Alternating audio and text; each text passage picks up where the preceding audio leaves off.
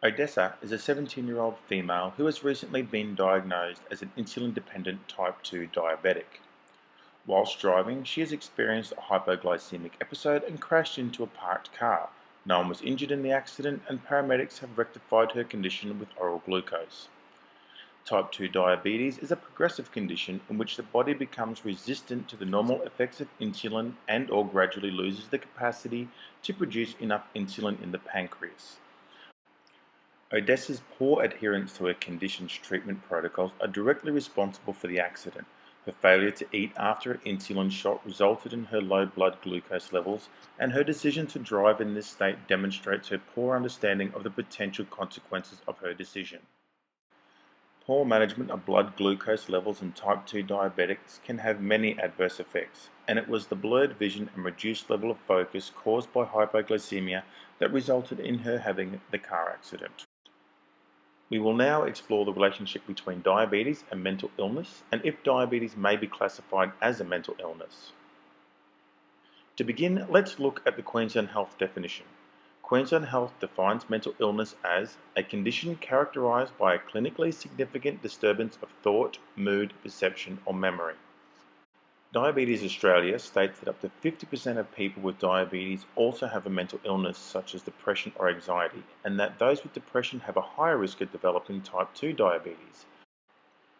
Diabetes and mental illness do share a bidirectional association and influence each other in multiple ways. Also, by the definition provided by the Mental Health Act, you could classify diabetes as a mental illness as it does produce a clinically significant disturbance in thought and perception. In Odessa's case, she did initially present with symptoms of hypoglycemia.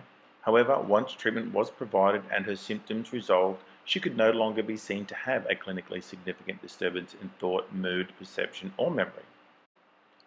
There are 11 exclusions for determining whether a person has a mental illness.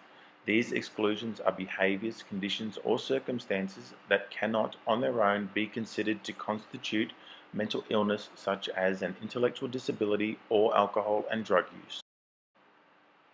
As diabetes is not included in any of these exclusions, it can be concluded that diabetes is a mental illness itself when the patient is presenting with symptoms of hypoglycemia.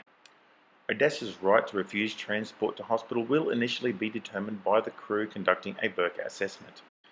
Odessa is making the refusal voluntarily without coercion or influence from another person. She has been made aware of her condition by her GP, and the crew will ensure she is fully informed of the potential outcome of refusing to go to hospital. Her refusal for transport is relevant to her diabetic condition and the possibility of a hypoglycemic relapse. Now that the effects of her hypoglycemic episode have resolved, she does have the capacity to understand the nature and consequences of her decision, and the paramedic crew will advise her of what she must do to minimise the chance of having another episode whilst waiting.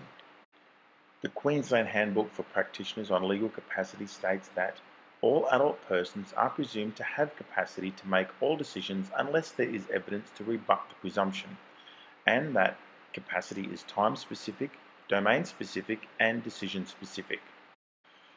We have established that Odessa's diabetes can be considered a mental illness that may affect her capacity to make decisions when she's experienced a hypoglycemic episode. However, we have also established that capacity is transient, and once the episode is resolved with treatment, her capacity to decide returns also.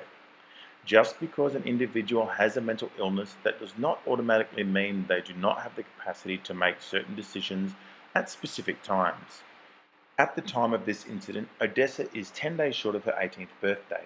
As a minor, this means her capacity is not assumed in the same way as an adult, and she must be assessed utilising the GILIC competencies to prove her capacity to provide consent to medical treatment. The GILIC competencies were developed in the UK to assess young people under the age of 16, and in Odessa's case, we can confidently say that she does meet all of the competencies and therefore does have the capacity to provide consent.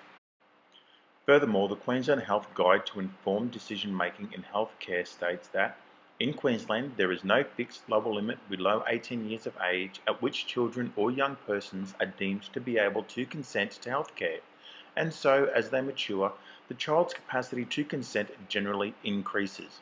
On the other hand, the authority of parents to consent on behalf of a child or young person is not absolute. Their parental responsibility decreases as the young person matures until it ceases to exist when the child reaches 18 years of age. As a result of this, there may be times when both someone with parental responsibility and the child or young person simultaneously have the ability to provide consent to healthcare. This tells us that even though Odessa is not yet 18, her capacity to provide consent is near absolute, and the capacity of a legal authority to remove her liberty based on being a minor is nearly non-existent.